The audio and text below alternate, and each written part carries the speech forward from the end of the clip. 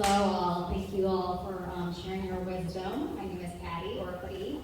I have questions actually for the two gentlemen. So spiritual awakening is quite a lonely road. So how as a man, because for women, I feel like we're just more able to find soul sisters. Starting my spiritual awakening, I've met so many women that I can connect with. But as a man, are you able to find your soul brothers? Either one can begin. Yes, that's a short answer. Yes. It's a very quick short answer to yes, you can find them.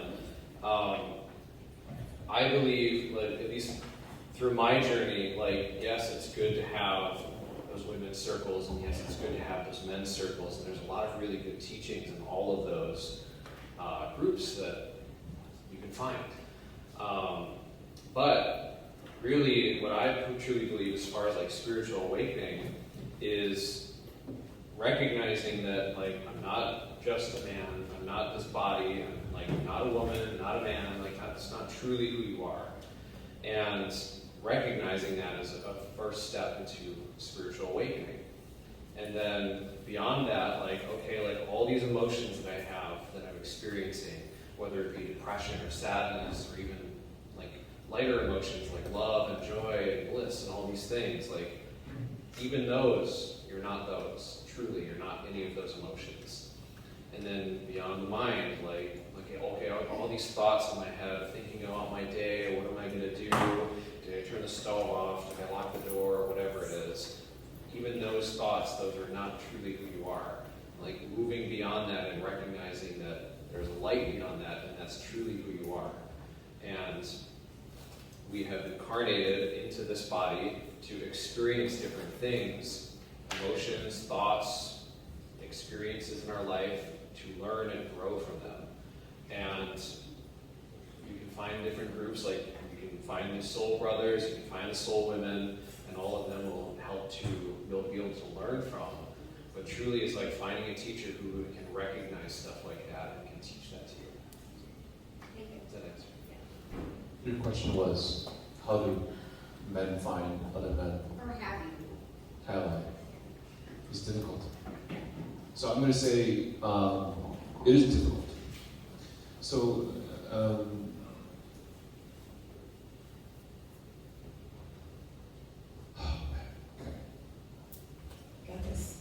No, I'm just thinking, there's no emotions here. Just strategy. Silence is good. Just that's the job. Okay, so it's like this. For men, we operate differently.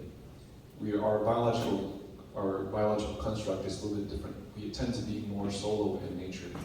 We don't talk about our feelings. We tend to look for strategies and solutions. So when we approach other men because we have problems that we can't resolve or haven't been able to resolve on our own, and we've been suffering and struggling with the problem for a long time. That's when other men seek other men's help. Every man here, we biologically, if you think about it, right? That they come up. It's because you've been just sucking at it, and it's just been suffering. Right? And then you're like, dude, right? See? That's right. Yeah, because usually, right? Because as a man, we don't want to be seen as weak. We don't want to be seen as insufficient. We don't want to be seen as weak and feminine, right? We must be men. So we must learn how to embrace our masculinity. That's why we don't seek women's circles, men's circles. When we do, we hit up everybody for a little bit, and then we say, hey, what skill you got? What skill you got? What skill you got? Okay, I got this skill. How can I contribute? This is my skill set. What's your skill set? And then whenever I'm struggling with something, then I hit up another man who has that skill set. Right? So as men, we don't. Again, I'm different. So I'm different. So y'all don't be triggered. So be it. 对吧？听到了。No. Okay. Okay. For men, you have to understand that. I think. Let me say it this way. ladies, I would like to ask that you please reconsider. Young boys and young men aren't to be treated like women or little girls. We need people, other men and other male role models who will provide solutions to our problems. Everything that every man wants in life is pretty simple. Food, sex, money. That's it. Status, right? And in order for us to achieve these things, we have to develop a certain level of skill set and a certain level of mindset, of persistence, of discipline, of constancy that we have to learn, and we have to specialize in certain things. Otherwise, we are viewed and valued by other men as having no use, right? And so the challenge for men is that we have to specialize. We have to be the sharpest we can be, and that's how we provide value as men. Right? The more knowledge you have, the more useful you are. The more you are, the more status you gain. So for men, how we combine and connect, sorry I'm going off, but like, how do we connect with other men? I think it's difficult. I think that in order way to do that is, we don't like to ask for help. That's not how we work. We seek help. We asking, it's a sign that as a man, I fail, I ask for help. That's why I'm asking for help. Men, we seek results, we seek answers, we seek resolutions. This is my perspective anyway.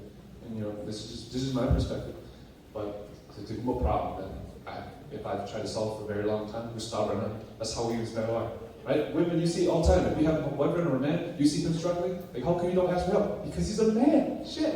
He's trying to figure it out himself because he's a man. Right? And then eventually he'll go ask for help, and then once he asks for help, that's because that's the thing. And the thing is, we have very complex structures, and so I think that as men, it is difficult to find other men. We do have to put ourselves into networking situations, and I do think that other men who do have these skill sets and this knowledge must put themselves forward. And so I'm making an effort to put my knowledge forward, so folks can come and ask, so men can come and ask me questions. So you can ask me. Thank you so much for this question from each. Go first. So I know for me personally, I have experienced a lot of spiritual awakening moments in my life for a very long time. It's not, I don't know if I want to become, some former leader, but maybe one day. How do you know when you become that spiritual leader? Do you have to be certified? Do you have to go through a certain experience with the master? What do you know? Draw that line when you become that specialized spiritual practitioner, so that people can reach out to you.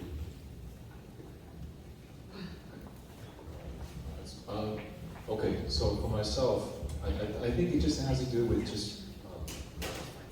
Okay, so for myself, I never wanted to teach. I never wanted to teach spirituality. I never wanted to do qigong. I never wanted to teach it. I just learned it for myself. And then your job guys, they kind of force you. You know what I'm saying? Because I work for them out. So they point a gun in my head and they say, "Hey, you're gonna teach qigong." I was like, "No, man, right?" And then, come on, they mess up your car, they mess up something, your back hurts, alright? You write something happen, you slip and fall, busted your stuff, and then all of a sudden, and then you begin to have these, for me, I had financial problems that showed up, and they were like, "We need you to teach," and I was like, "Nope." Right? And then, like I said, tires popping, things like that, right? And then they're like, "Coach, you go, well, okay, we're gonna," they had to pay my protection fees because they were messing up my car. So, and then I was like, "Fine, I'll start teaching qigong," right? And then the moment I started to teach it, then all those problems went away.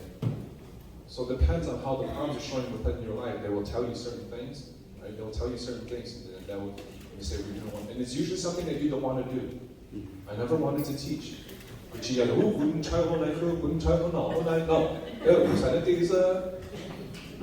I don't want to be no governor or nothing. I just want to chill, be home.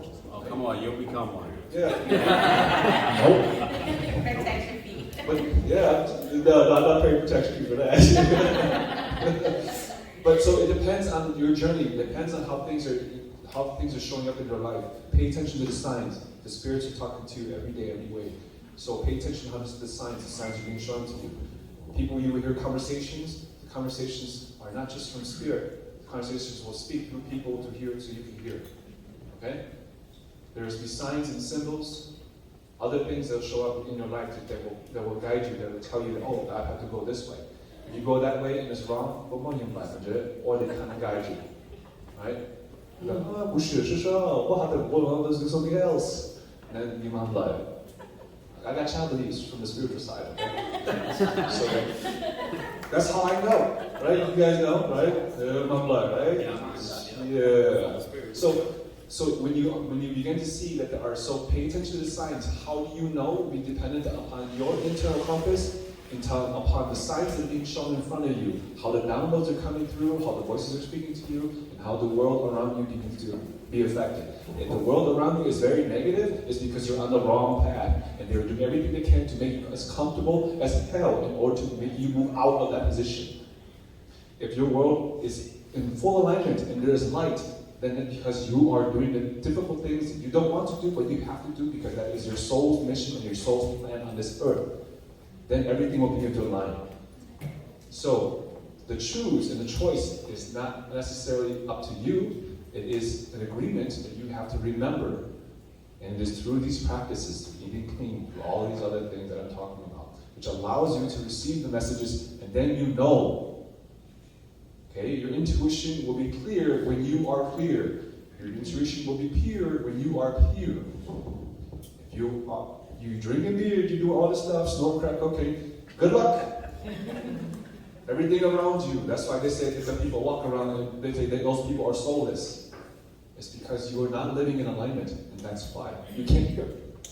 We've lost the ability to hear because of our food, our water, our everything. Our thoughts, our inability to forgive. So we are not in alignment. The more you do these practices, I teach Qigong. This helps you put yourself into alignment. I teach you how to feel the subtle energies in the body. Right? And then when you can hear, this is the problem. I love this question because it's my question too. But how do I know? Right? So pay attention to your life. When things around you start crumbling, it's because they told you to do something, you're not doing it. It's usually the thing that you don't want to do, that you know that you have to do. Well, maybe it's this thing. No, wrong. Keep going. You're getting more suffering. The only way they speak to you is the way they speak to you, if you're not listening, is they begin to create chaos around your life. Sorry, Ping. Yes. I'd like to add to that.